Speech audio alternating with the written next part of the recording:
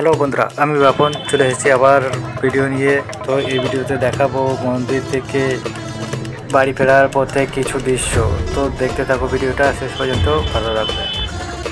এখন আছি বাস স্ট্যান্ডের কাছে। বাস স্ট্যান্ডের থেকে সোজা রওনা দেবো বাড়ির দিকে। তো ভক্তরা আসছে রঘুনাথপুর জল ঢালার জন্য, তো তার জন্য তাদের কাছে যাচ্ছি আমি। আমার চ্যানেলে নতুন এসে থাকলে চ্যানেলটা অবশ্যই সাবস্ক্রাইব করো, একটা লাইক করে কমেন্ট করো কোথা থেকে দেখছো আর ভিডিওটা কেমন হয়েছে। এই ভিডিওটা বন্ধুদেরকে শেয়ার করে দেখার সুযোগ করে দাও।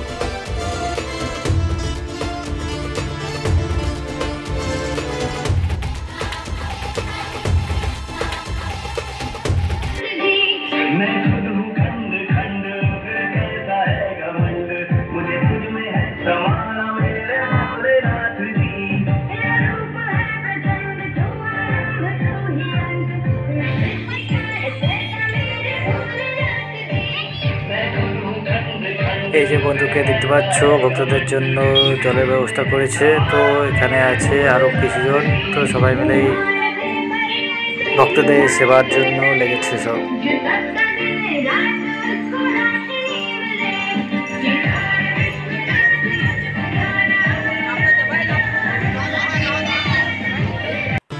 এই যে রাস্তার সাইডে সাইডে দেখতে পাচ্ছ ধানের চাষ। তো আমাদের এদিকে ধানের চাষ হয়। তো কিছুজন এই যে দাঁড়িয়ে আছে, এরাও যাচ্ছে রঘুনাথপুর। তো রঘুনাথপুরে জল ঢালার জন্য।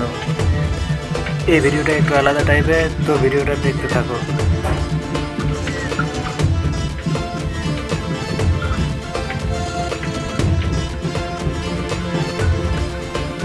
আর এই যে সামনে দেখতে পাচ্ছ, এটা হচ্ছে পালপাড়া শ্মশান। এখানে কিছু ভক্তরা বসে আছে, অপেক্ষা করছে কিছুজনের জন্য। এই শ্মশানের কাছেই দেখা মিলল মহাদেবের। তো দেখো, এই হচ্ছে মহাদেবের মূর্তি।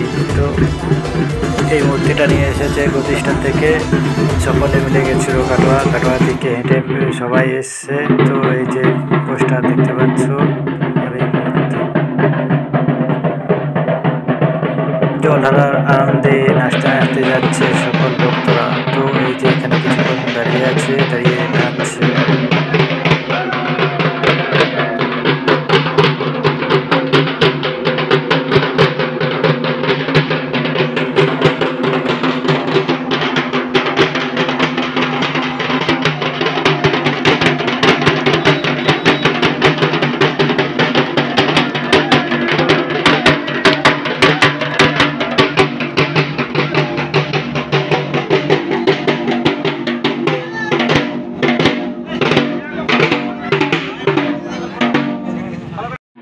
এই পালপাড়া শ্মশানের কাছে কিছুক্ষণ বসে তারপর ভক্তরা চলে যাচ্ছে রঘুনাথপুর জল ঢালার জন্য, এগিয়ে যাচ্ছে টুকটুক করে সব।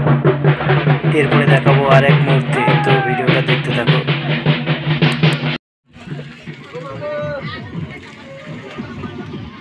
ভক্তরা জল ঢালতে যাচ্ছে বক্স বাজাতে বাজাতে।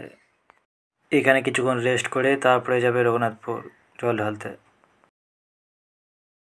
এই মূর্তিটাও হচ্ছে গদিষ্ঠা মহাকাল সংঘ তরফ থেকে এটা। तू पास है मेरे पास है।